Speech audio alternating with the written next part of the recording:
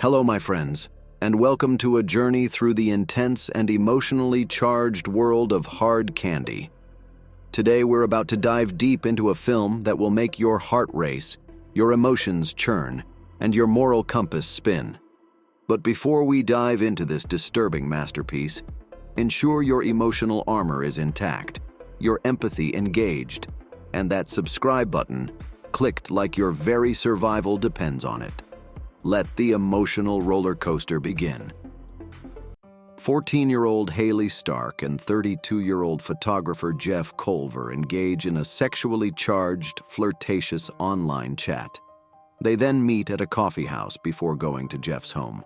When they arrive, Jeff makes them drinks, but Hayley refuses by saying she was taught to never take a drink she has not mixed herself. Hayley goes to the kitchen and makes them both screwdrivers. As Jeff shows her around his house, she notes the photographs hung on his walls, all of which seem to be of underage, half-clothed girls. Hayley asks Jeff to photograph her. He gets out his camera and Hayley begins to pose, but before Jeff can take any photos, he loses consciousness. When Jeff wakes, he is bound to a desk chair. Hayley explains she has been tracking and baiting him through online chats and drugged him because she believes he is a sexual predator and murderer. Jeff denies these allegations, claiming he had innocent intentions. Hayley searches Jeff's house and finds a gun and a safe. In the safe, Hayley finds pictures, including a photo of Donna Maurer, a local girl who has been kidnapped and remains missing. Jeff continues to deny the accusations and kicks Hayley to the ground, temporarily knocking her out. He rolls the chair into his bedroom and manages to retrieve his gun, which Hayley left out on his bed. He returns to the living room to see that Hayley is no longer there. She comes up from behind him and wraps his face in plastic wrap, choking him unconscious. When Jeff wakes, he finds himself bound to a steel table with a bag of ice on his genitals, making them numb. Hayley tells him that she intends to castrate him. Jeff attempts to dissuade her, including by telling her he was abused as a child in a play for sympathy, but fails. Hayley consults a medical book to guide her through the procedure, describing it to Jeff as she performs the operation. Once it is finished, Hayley puts down the scalpel and walks away, saying she needs a shower.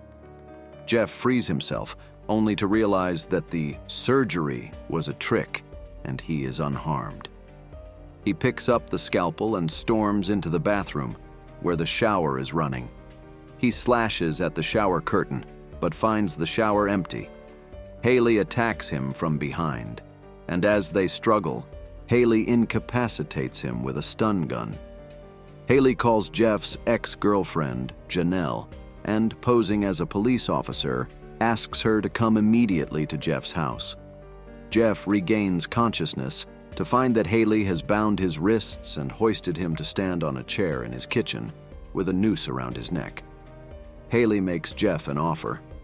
If he commits suicide, she promises to erase the evidence of his crimes, but if he refuses, she will expose his secrets. The conversation is interrupted when a neighbor knocks on the front door, selling Girl Scout cookies. When Hayley returns, Jeff breaks from his bindings and pursues her to the roof of his house. Hayley has brought her rope from the kitchen and fashioned it into a noose secured to the chimney. Hayley keeps Jeff at bay with his gun. Jeff confesses that he watched while another man raped and murdered Maurer. Jeff promises Hayley that if she spares his life, he will tell her the other man's name so she can exact her revenge. Hayley reveals that she already knows his name, Aaron, and that Aaron said Jeff did it before he killed himself. Janelle arrives, and Hayley once again urges Jeff to hang himself, promising that she will destroy the evidence. Defeated, Jeff lets Hayley slide the noose around his neck and steps off the roof. After he falls, Hayley says, "or not," then gathers her belongings and walks away through the woods. The end.